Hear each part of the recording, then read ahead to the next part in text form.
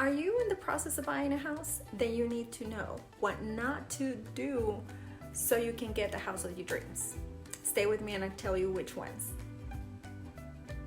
Hello everyone, my name is Margarita. I'm a licensed realtor in Dallas and Fort Worth, more specifically in Arlington and Grand Prairie. Today I'm going to give you 8 different tips of what not to do when you're buying a house. The first don't that I want to share with you is do not go and apply for a credit card. Not only it would hurt your credit score, but it could also jeopardize the possibility of getting the loan, because keep in mind the lenders have to consider the debt to income ratio, and they also have to consider as if you have used the complete amount that is available to you as credit. So that could actually hurt you more than anything else.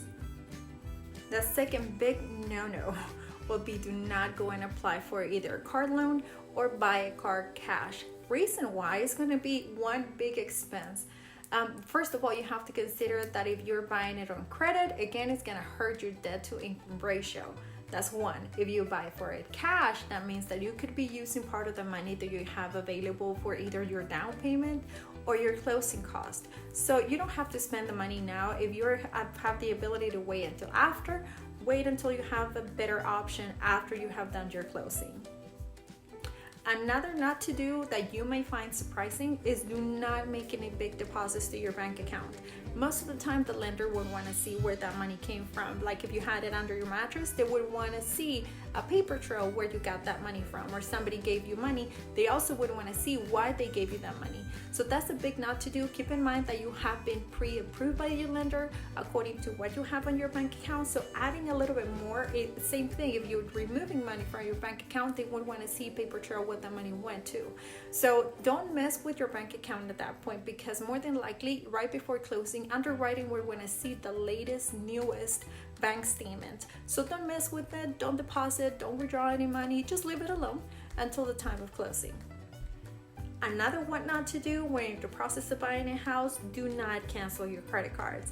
I was guilty of applying for a lot of credit cards when I was just shopping at the retail stores, and they will offer me a 10% discount in exchange for applying for a credit card.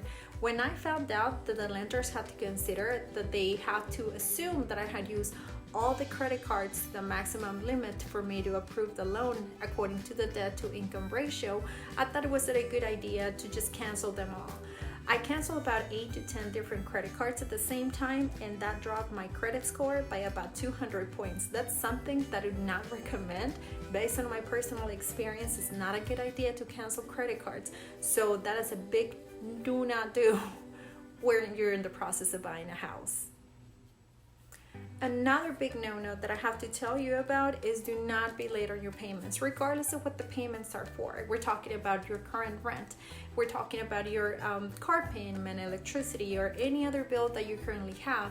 More than likely, there's a possibility that your lender is going to go back and verify your credit just to make sure that you're good credit standing, because more than likely they approve your loan based on your good payment history. So if anything goes wrong, if you're not able to pay what you already have, they will have to reconsider the ability for you to pay any more debt.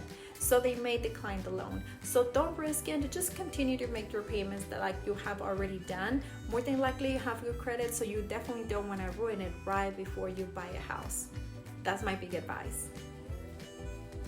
The next not to do, although it sounds crazy for some people, for other people they may not have this information and they may do it anyways, which means some people do buy furniture before they buy a house.